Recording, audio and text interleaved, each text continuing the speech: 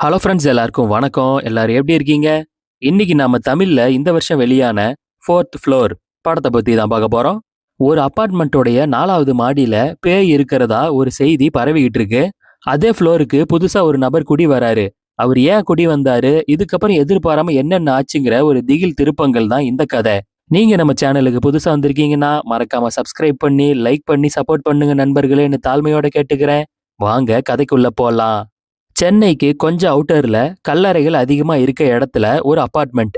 ஊருக்குள்ள இந்த அபார்ட்மெண்ட்டை பத்தி நிறைய வதந்திகள் பரவிட்டு இருக்கிறதால யூடியூப் வீடியோ போடுற ஒரு டீம் அவங்க அந்த அபார்ட்மெண்ட்டுக்கு வராங்க.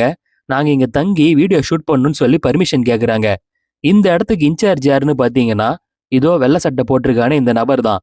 இவன் ஒரு ரவுடி கிட்ட அல்ல கையா இருப்பான். ஒரு நாளைக்கு 2500 ரூபாய் வாடகை, இஷ்டம் இருந்தா எத்தனை நாளைக்கு வேணா தங்கிக்கோங்க, எக்காரணத்தை கொண்டும் 4வது மாடிக்கு மட்டும் போக கூடாதுன்னு சொல்லி கண்டிஷனோட பர்மிஷன் தரான். யூடியூப் கேங்கும் சரின்னு சொல்லிட்டு 3வது மாடியில தங்கறதுக்கான அட்வான்ஸ் எல்லாம் கொடுத்துட்டு டெம்பரரியா குடி வராங்க. இப்போ மும்பையில் இருக்க ஒரு அபார்ட்மெண்ட். அங்க அர்ஜுன் அப்படின்னு ஒரு நபருக்கு ஃபோன் கால் வருது. இவர் தான் அந்த கதையோட ஹீரோ. லைன்ல இருக்கிறது இவருடைய முன்னாள் காதலி அனு. ஆனா இவருக்கு அவங்களுக்கும் ஒரு 5 வருஷத்துக்கு முன்னையே பிரேக்கப் ஆயிடுச்சு. ஆனா அவங்க ஃபோன் பண்ணி, நான் ஒரு எமர்ஜென்சில சொல்ல முடியாத பிரச்சனையில இருக்கேன், எனக்காக நீ சென்னை வரைக்கும் வர முடியுமா ப்ளீஸ்னு கெஞ்சுறாங்க. என்னதான் இருந்தாலும் பழைய காதலி இல்லையா, இவரால மறுக்க முடியல. சரின்னு சொல்லிட்டு அடுத்த ஃபிளைட்லயே கிளம்பி சென்னைக்கு வராரு. வந்துட்டு அனுவுக்கு கால் பண்ணி பாக்குறாரு. நாட் ரீச்சபிள்னு வருது. உடனே ஊருக்கு வந்துட்டேன்னு சொல்லி மெசேஜ் பண்றாரு. ஆனா பதிலுக்கு ஒரு லொகேஷனை மட்டும் அனுப்புறாங்க. இந்த இடத்துல இருக்க வீட்டுல போய் தங்கு, மேற்கொண்டு நடக்க வேண்டியதை சொல்றேன்னு ரிப்ளை பண்றாங்க. இதனால இவர் அந்த லொகேஷனுக்கு வராரு. ஆரம்பத்துல காமிச்ச அந்த கல்லறைக்கு பக்கத்துல இருக்க அபார்ட்மெண்ட் தான் அது. அங்க புதுசா வேலைக்கு சேர்ந்த ஒரு செக்யூரிட்டி இருக்காரு. அவர்கிட்ட 4வது ஃப்ளோர்ல குறிப்பிட்டு அந்த பிளாட்டுக்கு போகணும்னு சொல்ல, அங்க சாவி இருக்கு எடுத்துட்டு போங்க சார்னு செக்யூரிட்டி வழிகாட்டுறாரு. லிஃப்ட்ல போகும்போது அதே ஃப்ளோர்ல ஹீரோ பக்கத்து வீட்டுல குடி இருக்க ஒரு தாத்தா. அவர்கிட்ட இவர் பேசி ஃப்ரெண்ட் ஆகிக்கிறாரு. அந்த பிளாட்டை ஓபன் பண்ணி பார்த்தா ரொம்ப நாள் யாருமே குடி வராம சிலந்தி கூட எல்லாம் கட்டி சிதிலம் அடைஞ்ச நிலைமையில இருக்கு.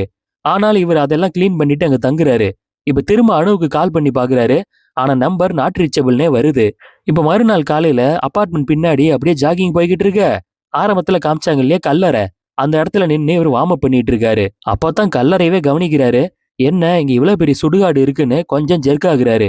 இப்ப அப்படியே அபார்ட்மெண்ட்டை சுத்தி ஓடும்போது அங்க ஒரு பிளாட்டுக்கு பின் பக்கத்துல நிறைய சிப்ஸ் பாக்கெட்டு கூல்ட்ரிங்க்ஸ் எல்லாம் கிடக்கு. எவன் இதை சாப்பிட்டு இங்க போட்டதுன்னு சொல்லிட்டு மேல ஜன்னலை நோக்கி பாக்குறாரு. ஆனா அங்க யாருமே இல்ல.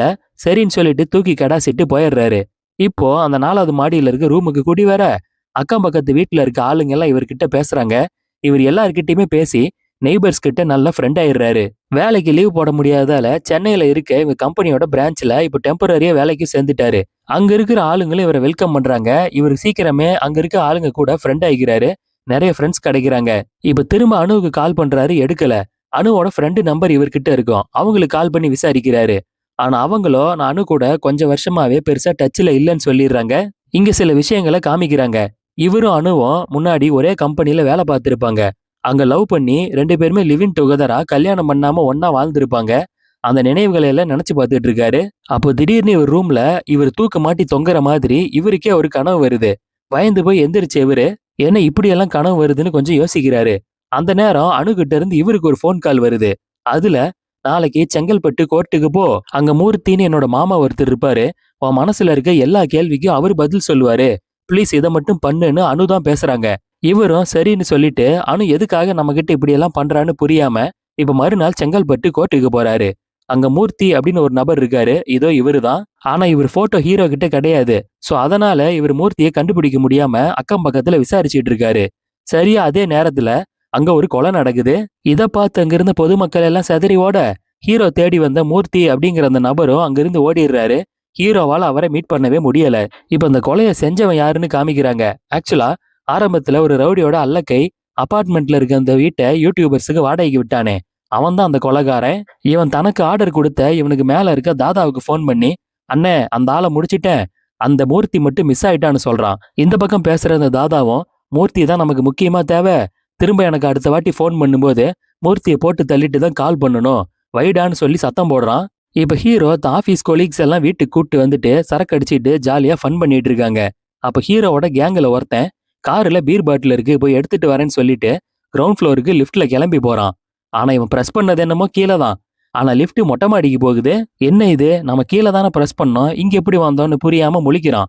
ஆனா திரும்பி பார்த்தா காரு மாடியில நிக்குது. சரி, போதையில நம்ம தான் குழப்பத்துல இருக்கோம் போலன்னு சொல்லிட்டு இவனு கார் டிக்கியை திறந்து பீர் பாட்டில எடுத்துக்கிட்டு கீழே வரான். ஆனா கரெக்டா 4வது ஃப்ளோருக்கு வந்த உடனே ஒரு வீட்டுக்குள்ள இருந்து முகமெல்லாம் ரத்தத்தோட பேய் மாதிரி ஒரு பொண்ணு எட்டி பாக்குறாங்க. இவங்கள பார்த்த உடனே ஐயோ அம்மான்னு கத்திக்கிட்டு இவன் செதறி ஓடிடுறான். ஆனா ஹீரோ உட்பட மத்த ஃப்ரெண்ட்ஸ் எல்லாம் இதெல்லாம் நீ போதையில இருக்கிறதால ஏற்படுற மனபிராந்தி, பேய் எல்லாம் ஒண்ணும் கிடையாதுன்னு இவர் பேச்ச பெருசா எடுத்துக்கல. இன்னொரு பக்கம் ஹீரோ அணுவுக்கு என்னதான் ஆச்சு, அவளுக்கு என்னாச்சுன்னு நம்ம கண்டுபிடிக்க முடியலையேன்னு ஒரு டென்ஷனாவே இருக்காரு. இங்க சில விஷயங்களை நமக்கு காமிக்கிறாங்க. இவரும் அணுவும் ஒன்னா இருந்த காலத்துல இவர் ஏற்கனவே கடன்ல இருக்காரு. மேற்கொண்டு கடன் வாங்கி ஒரு கார் வேற வாங்கி இருப்பாரு. ஆனா இவர் காதலி அணுவுக்கு இது சுத்தமா பிடிக்கல. கொஞ்ச நாள்லயே இஎம்ஐ கட்டாததால பேங்க்காரங்க வந்து இவரை மரியாதை இல்லாம பேசி காரை வேற ஜப்தி பண்ணி எடுத்துட்டு போயிடுறாங்க. இதுல இன்னும் கடுப்பான அணு, உனக்கு சுத்தமா பொறுப்பே இல்ல, ஆல்ரெடி எல்லாம் கடன்ல இருக்கு, இந்த நேரத்துல கார் எல்லாம் தேவையா, பொறுப்பா இருக்க மாட்டேன்னு சத்தம் போட இதுல கடுப்பான இவரு, நான் சம்பாதிக்கிறேன், இஷ்டப்படி நான் செலவு பண்றேன், நீ யாரடி எனக்கு அட்வைஸ் பண்ண, நீ என்ன என் பொண்டாட்டியா, இஷ்டம் இருந்தா இரு, இல்லைன்னா கிளம்படின்னு வாய்க்கு வந்தபடி பேசுறாரு. இதுல சண்டையாகி 2 பேரும் பிரிஞ்சு போயிடுறாங்க. இந்த சம்பவத்தை எல்லாம் இவர் நிகழ்காலத்துல இப்போ நினைச்சு பார்த்துட்டு இருக்காரு. மறுநாள் அந்த பிளாட்ல மேல ஷெல்ஃபை சுத்தம் பண்ணும்போது அங்கிருந்து ஒரு போட்டோ கீழே விழுந்து செதறுது. அதை எடுத்து பார்த்தா ஒரு ஷாக்கு. அந்த போட்டோல அணு பக்கத்துல 4 வயசு மதிக்கத்தக்க ஒரு சின்ன பொண்ணு இருக்கா. ஒருவேளை இவ அணுவோட பொண்ணா இருப்பாளோ? நாம இல்லாத கேப்ல இவ கல்யாணம் பண்ணி குழந்தை கூட பெத்திருக்கா. ஆனா நம்ம கிட்ட இதை பத்தி எல்லாம் எதுவுமே சொல்லவே இல்லையோன்னு இவருக்குள்ள ஏகப்பட்ட கேள்வி எல்லாம் ஆரம்பிக்குது. அதே சமயம் அந்த அல்லக்கை இருக்கான் இல்லையா, அவன் அந்த அபார்ட்மெண்ட் செக்யூரிட்டி கிட்ட வந்து எந்தெந்த வீட்டுல யார் யார் ஆள் இருக்காங்க ஒன்னு ஒன்னா சொல்லுன்னு கேட்க இந்த செக்யூரிட்டியும் சொல்லிக்கிட்டு இருக்காரு. அப்போ 4வது மாடியில நீங்க அனுப்புன அந்த ஒரு நபர் இருக்காருன்னு சொல்ல கடுப்பான இந்த அல்லக்கை, ஏயா 4வது மாடிக்கு யாரையுமே அனுப்பக்கூடாதுன்னு சொன்னனே, அறிவில்ல, யாரை கேட்டி அனுப்புனேன்னு இந்த ஆளு கோவப்பட, சார் அந்த ஆளு சாவியெல்லாம் கரெக்டா வச்சிருந்தாரு, அதனாலதான் அனுப்புனேன்னு செக்யூரிட்டி சொல்ல, இப்போ இந்த அல்லக்கை எங்க வந்து ஹீரோ கிட்ட ஏதோ தப்பு நடந்துருச்சு, இந்த ஃப்ளோர்ல எல்லாம் யாரும் இருக்கக்கூடாது, முதல்ல கிளம்புங்க தம்பின்னு சொல்றான். வீட்டு சாவியோட தாண்டா நான் வந்திருக்கேன், நான் என்ன திருடனா, நான் எதுக்கிட்ட போகணும்னு இவர் சொல்ல மாத்தி மாத்தி டென்ஷன் பண்ணி கைகலப்பாயிடுது.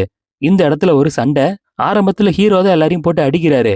ஆனா சண்டை நடக்கிறத பார்த்து அக்கம் பக்கத்து வீடுகள்ல இருக்க ஆளுங்க எல்லாம் ஹீரோவுக்கு சப்போர்ட் பண்றதுக்காக வராங்க. ஆனா அந்த ரவுடிங்க அவங்களே அடிச்சு போடுறாங்க.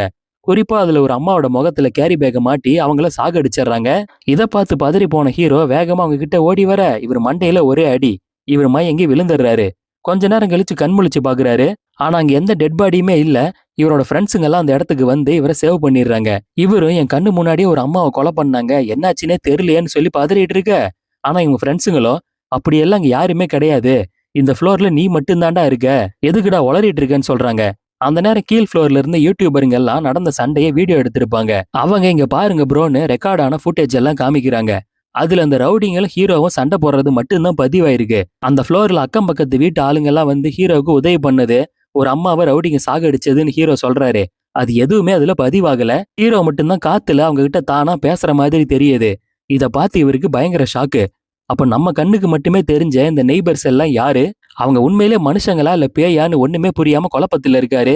இதுக்கு விட தெரியாம இந்த இடத்த விட்டு போக கூடாதுன்னு முடிவு எடுக்கிறாரு. மறுநாள் செக்யூரிட்டி கிட்ட வந்து என்னோட ஃப்ளோர்ல என்ன தவிர வேற யாருமே இல்லையான்னு கேட்க செக்யூரிட்டி ஆமான்னு சொல்றாரு. ஏன் என்னாச்சுன்னு விசாரிக்க, தம்பி நான் வேலைக்கு சேர்ந்தே 1 மாசம் தான் ஆகுது, வேணும்னா இதுக்கு முன்னாடி இருந்த செக்யூரிட்டி அட்ரஸ் தரேன், அங்க போய் விசாரிங்கன்னு சொல்ல, இப்ப அந்த செக்யூரிட்டி அவர் மீட் பண்ணி எதுக்காக வேலையை விட்டு நின்னீங்க, அங்க 4வது மாடியில என்ன நடந்துச்சுன்னு விசாரிக்கிறாரு. இந்த ஆளும், சார் அங்க திடீர்னு நிறைய பேரு மர்மமான முறையில செத்து போயிட்டாங்க, அதுக்கு பயந்துதான் நான் அந்த வேலையை விட்டே வந்துட்டேன், அதுக்கு மேல என்ன எதுவும் கேட்காதீங்க, எனக்கு எதுவும் தெரியாதுன்னு சொல்ல, இதுல குழப்பமான இவரு ஒரு டீ கடையில இருக்காரு.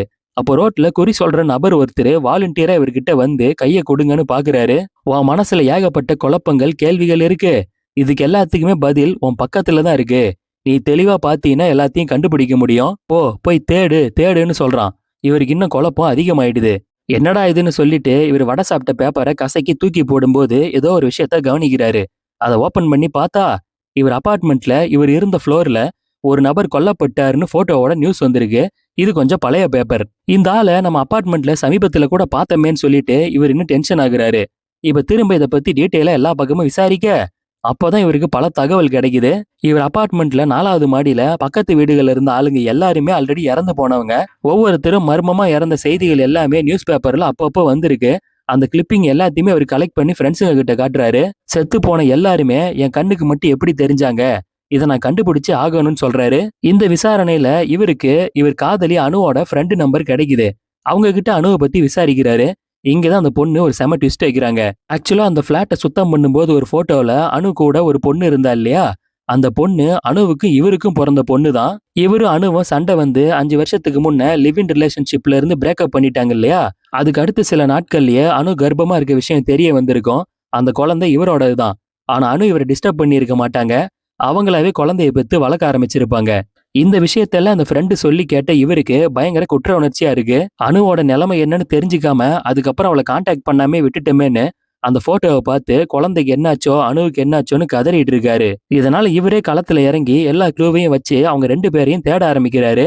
ஒரு நாள் நடு ராத்திரி இவர் எதிர் வீட்டுல இருந்து ஏதோ ஒரு சத்தம் கேக்குது. இவர் வந்து பாக்குறாரு. அந்த வீடு பூட்டுல திறந்துதான் இருக்குன்னு தெரிய வருது. அப்படியே டோரை ஓபன் பண்ணி உள்ள போனா அங்க குடோன் மாதிரி நிறைய பார்சல் அடுக்கி வச்சிருக்காங்க. எல்லா பார்சலுக்குள்ளயுமே சிப்ஸ் பிஸ்கட்னு ஜங்க் ஃபுட்டா இருக்கு. இவ்வளோ சிப்ஸை சாப்பிட்டு யார் இங்க கவர் எல்லாம் போட்டதுன்னு தேடி பார்த்தா அங்க ஒரு அதிர்ச்சி. போட்டோல பார்த்த இவரோட பொண்ணு, அதாவது இவருக்கு அணுவுக்கு பிறந்த பொண்ணு அங்க உயிரோட படுத்திருக்கா. பதறி போன இவரு அந்த பொண்ணை எழுப்பி பாக்குறாரு. அவ கொஞ்சம் அரை மயக்கத்துல இருக்கா. அப்பதான் ஒரு விஷயம் தெரியுது. ஆரம்பத்துல இவர் ஜாகிங் போகும்போது ஜன்னல் வழியா நிறைய சிப்ஸ் பாக்கெட் எல்லாம் வெளியே கிடந்துச்சு. அது எல்லாமே இந்த பொண்ணு சாப்பிட்டு தூக்கி போட்டதுதான். இவ்வளோ நாளா சிப்ஸ் பிஸ்கட்னு சாப்பிட்டே அந்த பொண்ணு உயிர் வாழ்ந்திருக்கா. இப்ப அவளை கொண்டு போய் ஹாஸ்பிட்டல் அட்மிட் பண்ண டாக்டரும் உயிருக்கு எந்த ஆபத்தும் இல்ல, ரொம்ப நாளா ஜங்க் ஃபுட் சாப்பிட்டதால கொஞ்சம் ஹெல்த் பாதிக்கப்பட்டிருக்கு, சீக்கிரம் ரெக்கவர் ஆயிடுவான்னு சொல்றாங்க. இப்ப அந்த பொண்ணு கொஞ்சம் உடம்பு தேறி வரா. ஆனா இவளால வாய் பேச முடியாது. இவரும் நான் யாருன்னு உனக்கு தெரியுமான்னு கேட்க அவ பெயிண்டிங் வரைஞ்சு நீங்க தான் என்னோட அப்பா, எங்க அம்மா என்கிட்ட உங்க போட்டோவெல்லாம் காமிச்சிருக்காங்கன்னு சொல்ல இவருக்கு ரொம்ப எமோஷனல் ஆயிடுது. மகளை கட்டி பிடிச்சு அலறாரு. ஒரு நாள் மூர்த்தி அப்படிங்கிற அந்த நபரே ஹீரோவை தேடி வராரு. தனியா பேசணும்னு ஒரு இடத்துக்கு ஒதுக்குப்புறமா கூட்டு போறாரு. அணுவோட தாய் மாமா தான்ப்பா நானு. அணுவுக்கு என்ன ஆச்சுன்னு இவ்வளவு நாளா என்னால கண்டுபிடிக்கவே முடியல. உன்னை பத்தி எல்லாமே அவ சொல்லியிருக்கா. முதல்ல இங்க என்ன பிரச்சனை நீ தெரிஞ்சுக்கோன்னு சொல்றாரு. ஒரு சின்ன பிளாஷ்பேக். அதாவது இந்த அபார்ட்மெண்ட் இருக்கு, ஏரியா இருக்கே, இத 2வது தலைநகரம்னு அறிவிக்க போறாங்க. சிம்பிளா சொல்லணும்னா இங்க பெரிய பெரிய ஐடி கம்பெனி எல்லாம் வரப்போகுது. இதை தெரிஞ்சுக்கிட்ட ஒரு மந்திரி ஒரு வெளிநாட்டு பில்டர் கூட சேர்ந்து லோக்கல்ல இருக்க ரவுடிகளை பயன்படுத்தி இந்த அபார்ட்மெண்ட்ல இருக்க ஆளுங்க எல்லாருக்குமே பணம் கொடுத்து இல்ல அடிச்சு கொலை மிரட்டல் செஞ்சு எப்படியாவது ஒரு வகையில காலி பண்ண வச்சிடறாங்க. எதனாலன்னா இங்க இருக்க எல்லாரையும் காலி பண்ணதுக்கு அப்புறம் இந்த பில்டிங் வாழ தகுதியற்றதுன்னு இவங்களே ஒரு சர்டிபிகேட்டை ரெடி பண்ணி இந்த பில்டிங்கை இடிச்சிட்டாங்கன்னா அதுக்கப்புறம் அந்த இடத்த ஃபுல்லா அந்த மந்திரியை வளைச்சு போட்டுருவாரு. அதுக்கப்புறம் இங்க ஐடி கம்பெனிகள் எல்லாம் வரும்போது பினாமியை வச்சு அவர் என்ன சொல்றாரோ அதுதான் ரேட்டு. லட்சம் மதிப்புள்ள அந்த இடத்துக்கு பல கோடி வேல்யூவை ஏத்தி விட்டுறலாம். இதுதான் அந்த மந்திரியோட பிளான். எல்லாரும் காலி பண்ணாலும் 4வது மாடியில இருக்க சில குடும்பங்கள் காலி பண்ணாதாலதான் அவங்க ஒவ்வொருத்தரையா அந்த மந்திரி போட்டு தள்ளிட்டதா இவர் சொல்றாரு. இதையெல்லாம் கண்டுபிடிச்சு அந்த மூர்த்தி வேற யாரும் இல்ல, ஒரு பத்திரிக்கைக்காரர். அதனாலதான் அந்த மந்திரிக்கு பயந்து ஓடிக்கிட்டு இருக்காரு. இவரை கொல்லணும்னு அந்த மந்திரியும் அல்லக்கையை வச்சு ட்ரை பண்ணிட்டு இருந்திருக்கான். ஒரு நாள் ஹீரோவோட பொண்ணு சில பெயிண்டிங் வரைஞ்சு பக்கத்துல கல்லறையெல்லாம் போட்டு அம்மா அப்படின்னு எழுதி வச்சிருக்கா. இதை பார்க்கும்போதுதான் இவருக்கு ஒரு விஷயம் புரியுது. இந்த அபார்ட்மெண்ட்டுக்கு பின்னாடி கல்லறை தானே இருக்கு, அங்கதான் ஏதோ அமானுஷம் இருக்குன்னு இவர் புரிஞ்சுக்கிறாரு. இப்ப அதிகாரிகளையும் வர வச்சு புதுசா அங்க நடப்பட்ட ஒரு கல்லறை அங்க குழி தோண்டி பாக்குறாங்க. அப்போ உள்ள அணுவோட செல்போன், மோதிரம், சில எலும்பு கூடும் கிடைக்குது. அப்பவே இவருக்கு புரிஞ்சு போயிடுது அணுவை கொலை பண்ணி இங்க புதைச்சிருக்காங்கன்னு சொல்லிட்டு. அதனாலதான் பொண்ணு அடையாளம் காமிச்சிருக்கான்னு. கடைசி வரைக்கும் அணுவை ஒரு முறை கூட பார்க்க முடியலன்னு இவர் குற்றவுணர்ச்சியில ரொம்ப தவிக்கிறாரு. அதை விட முக்கியமா செத்து போன அணு பொண்ணை காப்பாத்துறதுக்காக தான் ஆவியா வந்து நமக்கு கால் பண்ணி நம்மள மும்பையில இருந்து வர வச்சு மகளை காப்பாத்த வச்சு ஒவ்வொரு விஷயமா நம்மள தெரிஞ்சுக்க வச்சிருக்கான்னு புரிஞ்சுக்கிறாரு. மகளுக்கு முழு ஆதரவா இருக்கணும்னு முடிவு பண்றாரு. இங்க இந்த கல்லறையில டெட் பாடி கண்டுபிடிச்ச விஷயம் மீடியா நியூஸ்ன்னு பயங்கர பரபரப்பாகுது. இவர் நேரடியாவே மீடியாவை கூப்பிட்டு பேட்டி கொடுக்குறாரு. இந்த அபார்ட்மெண்ட் நிலத்தை ஆக்கிரமிக்கிறதுக்காக மந்திரி பண்ண கொலைகள், பண்ண ஸ்கேமு எல்லாத்த பத்தியும் புட்டு புட்டு வைக்கிறாரு. இதுக்கு எதிர்ப்பு தெரிவிச்ச அணுவையும் கொண்டு புதைச்சிட்டாங்கன்னு எல்லாத்தையுமே போட்டு கொடுத்துறாரு. இந்த விஷயத்த மந்திரி டிவியில பார்த்து செம காண்டாகிறாரு. ஒரு விஷயத்த நினைச்சு பாக்குறாரு. அங்க 4வது மாடியில குடியிருந்த அணு வீட்டை காலி பண்ண மாட்டேன்னு சொன்னதால அவங்கள பின்னாடி இருக்க கல்லறை பகுதி கூட்டு போய் இந்த மந்திரி கொடூரமா அடிச்சு சாகடிச்சு அங்கேயே புதைச்சிருப்பாரு. இத அந்த அபார்ட்மெண்ட்ல எதிர் வீட்டு மாடியில இருந்து அணுவோட பொண்ணு பார்த்திருப்பா. பார்த்து பயத்துல மயங்கி விழுந்திருப்பா. அதுக்கப்புறம் அவ சிப்ஸ் பாக்கெட் எல்லாம் சாப்பிட்டு உயிர் வாழ்ந்த விஷயத்தை தான் முன்னாடியே காமிச்சிட்டாங்களே. ஸோ இதுதான் நடந்திருக்கும். இப்போ நிகழ்காலத்துல அந்த இடத்துக்கு வந்த இந்த மந்திரி ஹீரோவை பிடிச்சி லாக் பண்ணி கண்ணா பின்னான்னு அடிக்கிறாரு. இந்த அபார்ட்மெண்ட்டுக்குள்ள நிறைய இடத்துல பாம்பு வச்சிருக்கேன், கொஞ்ச நேரத்துல இது இடிஞ்சு விழ போகுது. அப்ப உண்மையிலே இது தகுதி இல்லாத கட்டடம்னு ஊரே பேசும், நான் சொன்னது கரெக்ட்னு எல்லாரும் நம்பிடுவாங்கன்னு சொல்றாரு. ஆனா அதுக்குள்ள ஹீரோ முரண்டை பிடிச்சி எல்லார்கிட்டையும் சண்டை போட்டுக்கிட்டு இருக்க ஒரு வழியா அந்த மந்திரியும் ஆளுங்களும் அங்கிருந்து தப்பிச்சா போதுன்னு எஸ்கேப் ஆகி போறாங்க. ஆனா திடீர்னு அதுக்குள்ள அந்த பில்டிங் குண்டு வெடிச்சு சுக்குநூறா உடைஞ்சு விழ ஆரம்பிக்குது. இதுல அந்த மந்திரி, ரவுடி, ஆளுங்கன்னு எல்லாருமே இடிபாடுகளுக்குள்ள சிக்கி இறந்து போயிடுறாங்க. ஆனா ஹீரோ, அவரு பொண்ணு, அவங்க 2 பேரும் எப்படியோ அதிர்ஷ்டவசத்தால தப்பிக்கிறாங்க. இவங்களுக்கு அக்கம் பக்கத்துல இருந்த ஒரு லேடிய ஹெல்ப் பண்றாங்க. ஒரு வழியா தப்பிச்சு இனி மகளுக்காக வாழணும்னு ஹீரோ முடிவெடுக்கிறாரு. இங்கே இந்த படம் முடியுது. இந்த கதையும் என்னுடைய நரேஷனும் உங்களுக்கு பிடிச்சிருக்கும்னு நம்புறேன். உங்களுடைய கருத்துக்களை கமெண்ட் செக்ஷன்ல மென்ஷன் பண்ணுங்க. மறக்காம சப்ஸ்கிரைப் பண்ணி, லைக் பண்ணி சப்போர்ட் பண்ணுங்க நண்பர்களே. மீண்டும் வேற ஒரு கதையோட விளக்கத்துல எல்லாரையும் சந்திக்கிறேன். நன்றி, வணக்கம்.